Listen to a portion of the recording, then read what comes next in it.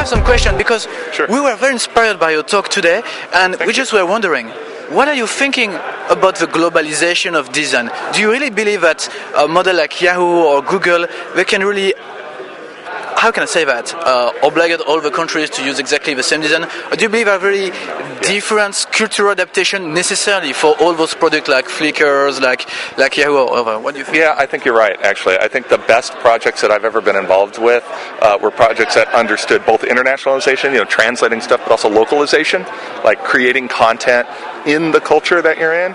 It's something I see Google doing all the time, right? They're doing that in China right now, and they're doing a really good job of it there.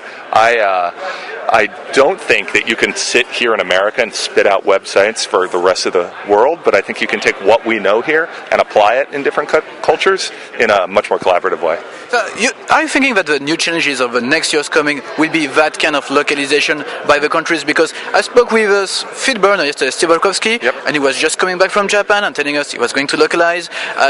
The guy from Flickr just told us he's going to do exactly the same. Do you believe this is the next challenges, to just localize, to put all those Web 2.0 application more localized so all the countries can have their own Flickrs, their own... Yeah, potentially. I think what I'm more interested in is seeing the sort of culture and environment of the entrepreneur, the new startups, all that kind of the little web apps happening in other places. There's no reason that can't be happening in Paris and Milan and London.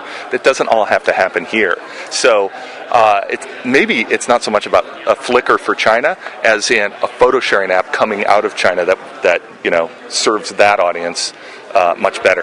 That's what I think is interesting. Actually, you are right, because now in China and in some Asian countries, we recognize some websites that are popping up, and they are just like real copy of Flickrs or real copy of NetVibes, and some are very famous, but they're just copies, so they have no success in their own countries. Yeah, right. So, do you think it is like, for example, the Flickrs or the NetVibe jobs to adapt to local market, or you really believe that those culture has to educate themselves to Web 2.0 and make their own stuff? Well, I think a little of both, right? If we look at any other kind of media or the stuff that comes out of culture, if you look at film, right, or music, right, there is music that works globally, right? That there are artists and filmmakers that make stuff that works everywhere in the world, and then there is stuff that comes out of all these other cultures that is traded around and so interesting.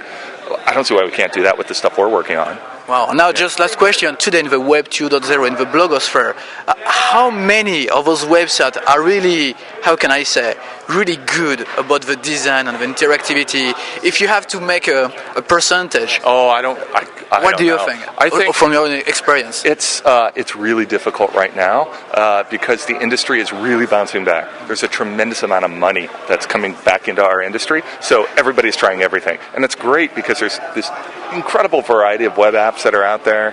There's all kinds of good design happening, great technology being developed, but there's a lot of it right now. So I think we'll probably get a little correction that comes back, and only the good ones will survive. So what percentage? I don't know. I hope a lot, because there's so much good stuff happening.